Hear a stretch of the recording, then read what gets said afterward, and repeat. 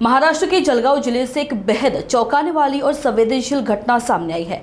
चोपड़ा तालुका के बोरमड़ी गांव में एक आदिवासी महिला की सड़क पर ही प्रसूति हो गई, क्योंकि बार बार फोन करने के बाद भी एम्बुलेंस नहीं पहुंची।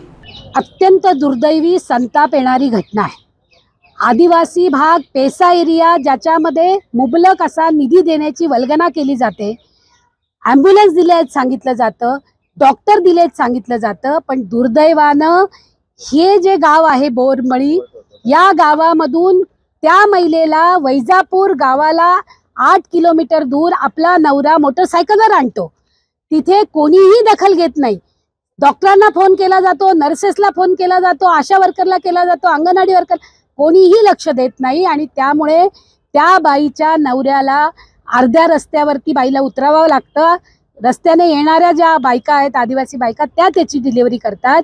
ही पुरोगामी महाराष्ट्राला लाज आणणारी गोष्ट आहे आणि याच्याबद्दल खरं म्हणजे सगळ्यांना पनिश केलं पाहिजे आणि ताबडतोब तिथले डॉक्टर DHO यांना सस्पेंड केलं गेलं पाहिजे। आणि त्याच बरोबरीने आदिवासींचा जो नवसंजीवनीचा GR आहे, कायदा आहे, पेसा संदर्भामधले जे काही कायदे आलेले आहेत त्याच्या अंतर्गत ताबडतोब कार्यवाही झाली पाहिजे।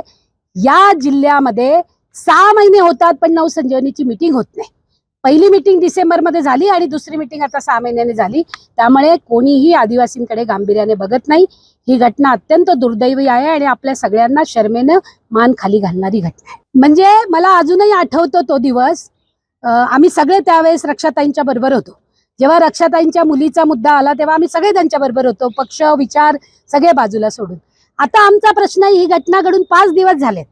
21 मेची घटना आहे, आज 27 तारीख आहे। अजूनपर्यंत सुद्धा साधी दखल प्रशासनाने घेतली नाही। साधी दखल कोणत्याही मंत्र्याने किंवा पालकमंत्री असतील, केंद्रीय मंत्री असतील यांनी घेतलेली नाही। आदिवासी तुमच्या दोडक्या बहिणी आहेत का?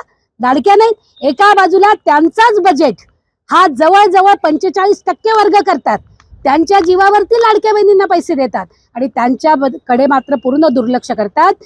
याचं उत्तर रक्षाताईंनी आणि पालकमंत्र्यांनी द्यायला हवं, इथल्या तिघही मंत्र्यांनी द्यायला हवं। आज माझा त्यांना सगळ्यांना प्रश्न आहे।